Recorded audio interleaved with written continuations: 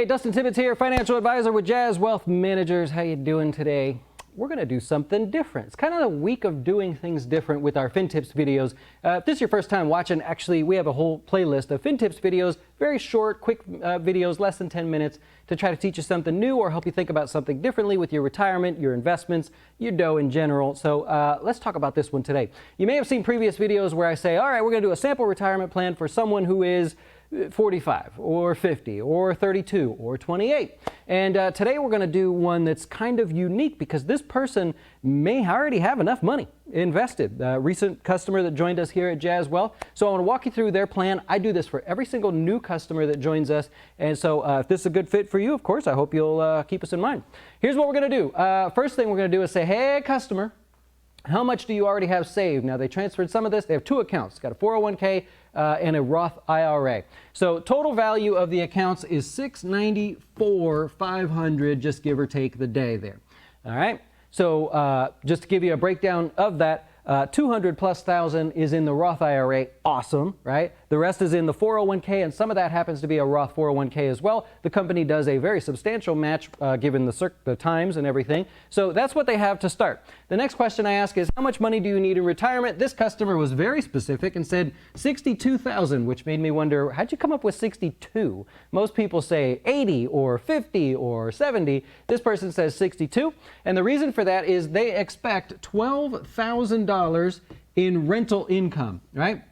So this is other dough, right? This is not money that they are going to need to take out of their retirement savings because it's actually a property that they own. They get about $1,000 in profit a month at the age of retirement. Not right now, so just to give you an idea how that works. So what this means is this customer really needs the ability to take $50,000 out of the $694,500 of their savings, right? The customer happens to be 54 years old right now, and they wanted to shoot for a retirement age of 65. All right? No problem. Okay, so what we're trying to figure out is how much do they need to save in their investment accounts to hit that goal of really 50,000 plus the 12 in other income is 62. We got to account for some taxes and stuff in there.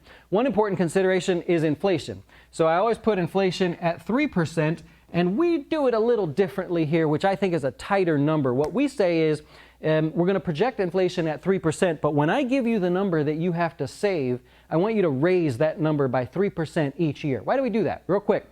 The reason we do that is because if I were to say the client's 54, they're 65, let's just assume average inflation of 2.5% or something, that could be way off, right? We don't know what inflation is going to be. So rather than guess when we're doing the financial modeling, what we do is we say 3%. This way, if next year inflation, for whatever reason, is 4%, I could say, hey, customer, you remember how much I told you you had to save? I need you to raise it by 4%, or just raise it by 2% this year. So that's why we do that. That means that by the time they get to retirement, their dollars are inflation adjusted, essentially, and they've accounted for it along the way. Okay, here's what we're going to do. Now, we're going to assume this customer is 54. They can't be swinging for the fences with all this money, right? They got to be a little bit careful. We can't be just investing like we're 25 anymore. So what I'm going to do is assume a 5% return, right? After inflation, right? So it's a true 5% net return is what we're looking for. Well, if I do this, the customer has to invest $5,368 this year, which they're more than doing in their 401k. So they really don't have to put anything in their new account with us or anything. The 401k basically takes care of that. That's assuming a 5% return until they hit 65. And then what I do is I need them to raise it by 3% a year or whatever inflation is. So 5,368 this year, 3% higher next year, 3% higher next year, etc. So that's where we're at. But this one's interesting, like I told you, because what happens if we assume 5.5% returns? So what happens if theoretically the customer says, all right, take a little bit of this money and let's be safe with it. Take a little bit of this money and be aggressive with it when the markets fall, right? Or just in general. Take a little bit of this money and let's be more dividend conscious about it. Let's do a little more sort of yield-based investing, low volatility, a little bit what we talked about on Monday on our FinTips video. Now, how much money would I need to save if we just took an extra little bit of time and figured out how to build a portfolio? By the way, our portfolios are on our website.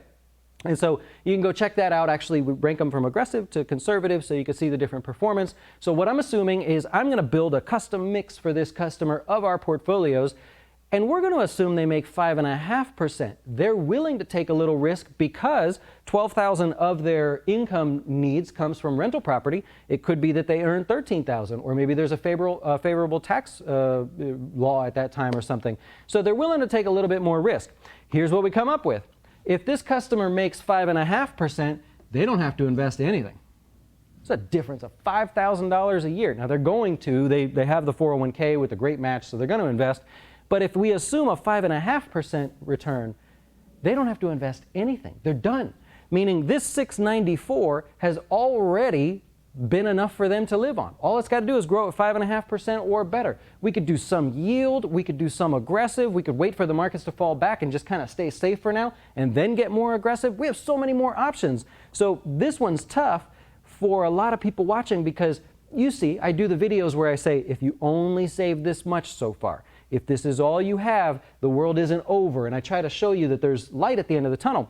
But here's a customer that has a different set of issues because they have saved basically enough for what they need. They have the flexibility of saying, Dustin, instead of 62, let's go to 72 and see what happens because I'm saving more than the 5,000 already. Maybe I could hit that goal. So that flexibility is a whole different thing. One last thing is the focus on, let's say they want to just shoot for the 5%.